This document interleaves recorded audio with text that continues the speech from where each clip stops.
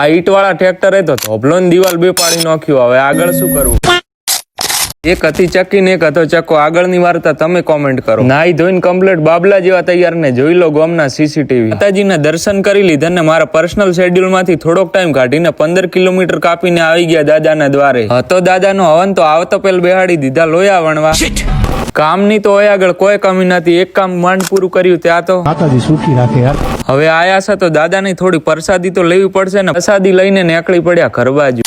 ઓય આવીને જોયું તો ઈટ ભરેલું ટ્રેક્ટર દિવાલ હારે અથડાઈનો સાથે વીજનો ધોબલો પણ તૂટી ગયો. અવાજ એટલો મોટો હતો કે આખું ગોમ જમા થઈ ગયું. ભગવાનનો આભાર કે કોઈને જાન હાનિ નથી થઈ. ખબર નહીં હવે લાઈટ રાણી ફરી ક્યારે દર્શન દેશે. UGVCL ની આખી બોર્ડની ટીમ આવી ગઈ ને કામ કર્યું ચાલુ. હવે સેફટી તો પેલા રાખવી પડે નક્કી ક્યારેય માથું વધેરાઈ જાય કોઈ નક્કી નહીં. હવે તમને તો એમ લાગતું હશે કે આ બધું બહુ હેલું કામ હશે પણ હવે ઈ તો જે કરતું હોય એને જ ખબર હોય. તૂટેલા થાંભલાનું રેસ્ક્યુ કરી નીચે ઉતાર્યો ને જમીનમાં ખાડો કરી બીજા સિમેન્ટિયા થાંભલાને લગાવી લીધો. તો એ તમને એમ નથી લાગતું કે એક વસ્તુ હજી ભૂલાય છે? નીચે આપેલ ફોલો વાળું બટન